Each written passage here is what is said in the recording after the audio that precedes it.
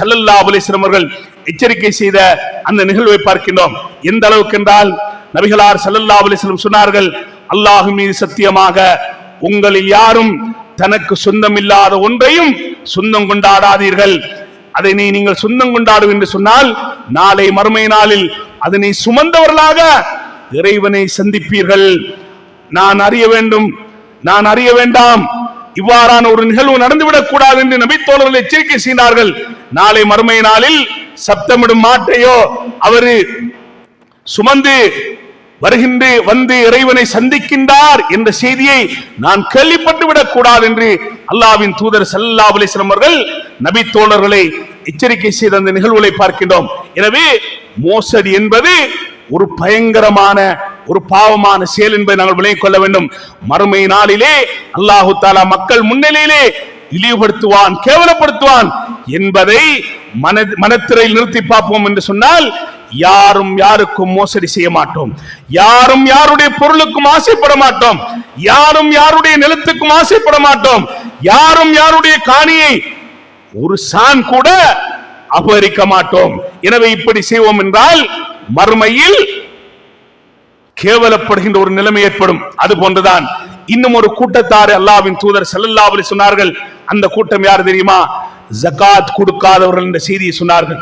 அல்லாஹு தஆலா செல்வத்தை தந்திருக்கின்றான் என்றால் அது ஏழைகளுக்கு சேர வேண்டிய அந்த பங்கை அதனை கொடுக்க வேண்டும், அந்த ஜகாத் என்ற கடமையை நிறைவேற்ற வேண்டும். அதனை நிறைவேற்றவில்லை என்று சொன்னால் நாளை மறுமை நாளில் தங்கம் வெள்ளி உருக்கப்பட்டு நரக நெருப்பில் சூடாக்கப்பட்டு அவனுடைய விழாப்புறங்களிலும் அவனுடைய நெற்றிலும் முதுகிலும் சூடு போடப்படும் என்று அல்லாஹ்வின் தூதர் ஸல்லல்லாஹு அலைஹி வஸல்லம் அவர்கள் எச்சரிக்கையாக சொன்னார்கள். இந்த பொக்கிஷம், இந்த கருவூலம் நஞ்சுடைய கொடிய விஷப்பாம்பாக அது மாறும் என்று அல்லாஹ்வின் தூதர் சொன்னார்கள். அதனுடைய நெற்றியிலே 2 கருப்பு புள்ளிகள் இருக்கும் என்று சொன்னார்கள். அது கழுத்திலே மாலையாக சுற்றி கொள்ளும் என்று அல்லாஹ்வின் தூதர் சொன்னார்கள். அவனுடைய தாடையை பிடித்து நான் தான் உன்னுடைய பொருளாதாரம், நான் தான் உன்னுடைய கருவூலம் என்று அது சொல்லும் என்று அல்லாஹ்வின் தூதர் ஸல்லல்லாஹு அலைஹி வஸல்லம் அவர்கள் சொன்னார்கள். சொல்லிவிட்டு சொன்னார்கள், அது இந்த பாம்பு எத்பஹு ஃபாத்திகன் ஃபாஹு, வாயை திறந்த நிலைமையில் அவனை பின்தொடர்ந்து செல்லும் என்று சொன்னார்கள். அந்த நேரம் அவனுக்கிட்ட நெருங்குகின்ற நேரம் ஃபர்ர மின்ஹு, அவன் விரண்டோடுவான் என்று அல்லாஹ்வின் தூதர் ஸல்லல்லாஹு அலைஹி சொன்னார்கள். அந்த நேரம் அந்த பாம்பு அவனை அழைக்கும், ஹுது கன்ஸக, நீ மறைத்து வைத்தாயே, சேமித்து வைத்தாயே அந்த பொக்கிஷங்களை நீ எடுத்துக்கொள், எனக்கு எந்த தேவையும் இல்லை என்று சொல்லி அது சொல்லும். அது அவனை விட்டு விடாது. அந்த நேரம் அவன் அந்த பாம்புடைய வாயிலே கையை வைத்து விடுவான். ஃபயக்லமுஹா கல்மல் ஃபஹ்லி, அது அவனுடைய கையை ஒட்டகம் கடிப்பது போன்று கடிக்கும் என்று அல்லாஹ்வின் தூதருடைய எச்சரிக்கையை மனதிலே ஆழமாக பதித்துக் கொள்ள வேண்டும். அது போன்றுதான் ஒட்டகத்துக்கான அந்த ஜகாத்தை கொடுக்காதவர்கள், அந்த ஒட்டகங்கள் அவைகள் நாளை மறுமை நாளிலே ஏற்கனவே இருந்ததை விட கொளுத்த நிலைமையில் வரும் என்று சொன்னார்கள். அந்த மஹ்ஷர் பெருவழியிலே இவன் குப்புற போடப்படுவான்.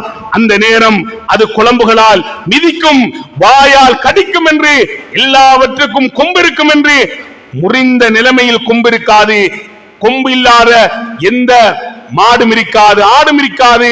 அல்லாஹ்வின் தூதர் ஸல்லல்லாஹு அலைஹி வஸல்லம் அவர்கள் ஆடும் மாடும் கொம்பால் அவனை குத்தும் மிதிக்கும் என்று அல்லாஹ்வின் தூதருடைய அந்த பயங்கரமான எச்சரிக்கையை மனதிலே ஆழமாக வைத்துக் கொள்ள வேண்டும். எனவே இந்த உலகத்திலே நல்லவர்களாக வாழ்வதன் மூலமாகத்தான் மறுமையிலே ஈடேற்றம் பெற முடியும் என்பதை விளங்கி, இந்த உலகத்திலே நல்லறங்கள் நல்லமல்கள் செய்வதன் மூலமாகத்தான் மறுமையில் எங்களால் ஈடேற்றம் பெற முடியும் என்பதை விளங்கி, நாங்கள் இந்த உலகத்தில் செய்கின்ற நல்லமல்கள் தான் நல்லறங்கள் தான் எமக்கு மறுமையிலே மன்னரையிலே எமக்கு பயனளிக்கும், பிரயோசனம் அளிக்கும், எமக்கு உற்ற நண்பனாக தோழனாக உறுதுணையாக இருப்பது நானும் நீங்களும் செய்கின்ற நல்லறங்கள் நல்லமல்கள் என்பதை விளங்கி, இந்த உலகத்திலே அதிகமாக நன்மைகள் நல்லறங்கள் செய்து நல்ல மக்களாக வாழ்வதற்கு வல்ல ரஹ்மான் நம் அனைவருக்கும் அருள் புரிவானாக.